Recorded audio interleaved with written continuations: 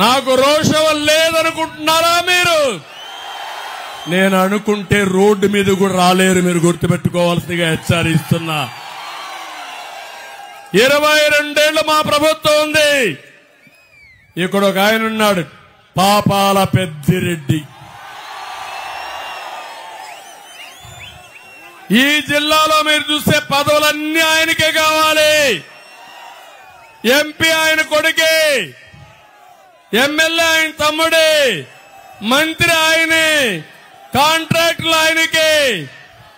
ఏం తమ్ముళ్ళు, మీకేం దిక్కు లేదా? మీకు రోషం లేదా? లేదా రోషం మీకు? ఇంకా ఎందుకు ఈ పిరికితనం? నేను కూడా మీ మారికి పిరికోండి అయితే నేను కూడా బయట వచ్చేవాడిని కాదు, అవునా కాదా?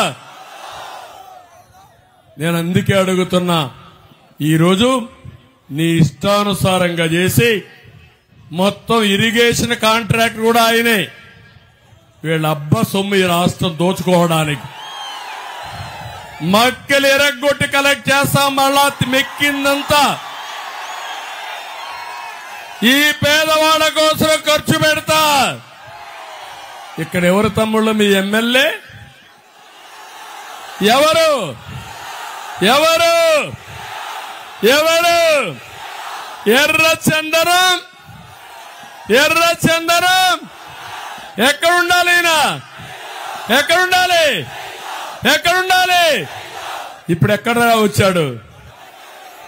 రోడ్డు మీద తిరుగుతున్నాడు, అవునా కాదా? అంటే జగన్మోహన్ రెడ్డి, నువ్వు ఎర్ర చందనం స్మగ్లర్లకు సీట్లు ఇచ్చి ఈ జిల్లాను తాకట్టు పెట్టాలనుకుంటున్నావా? నువ్వు కబద్దార్, జాగ్రత్తగా ఉండవు. నీ ఎర్ర చందనం స్మగ్లర్ తిరగలేడు, నువ్వు కూడా తిరగలేవని హెచ్చరిస్తున్నా. ఏం తమ్ముళ్ళు, న్యాయం అవునా కాదా? గాండ్రించాల్సిన అవసరం ఉందా లేదా? నేను కూడా భయపడిపోవాలన్నా స్మగ్లర్లకి? నేను అనుకుంటే ఎప్పుడో ఎక్కడికో పోయేవాడు. తమాషా ఆటలాడద్దాడు. బెదిరిస్తావా నువ్వు? ఇక్కడ అందరినీ బెదిరిస్తే భయపడతారా మీరు?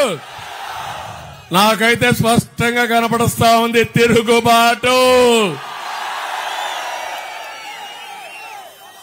రాష్ట్రమంతా తిరగబడింది. మామూలు గాలిగా తమ్ముళ్ళు, ఇది ఎప్పుడు 40 ఏళ్లలో చూడని గాలి వచ్చింది.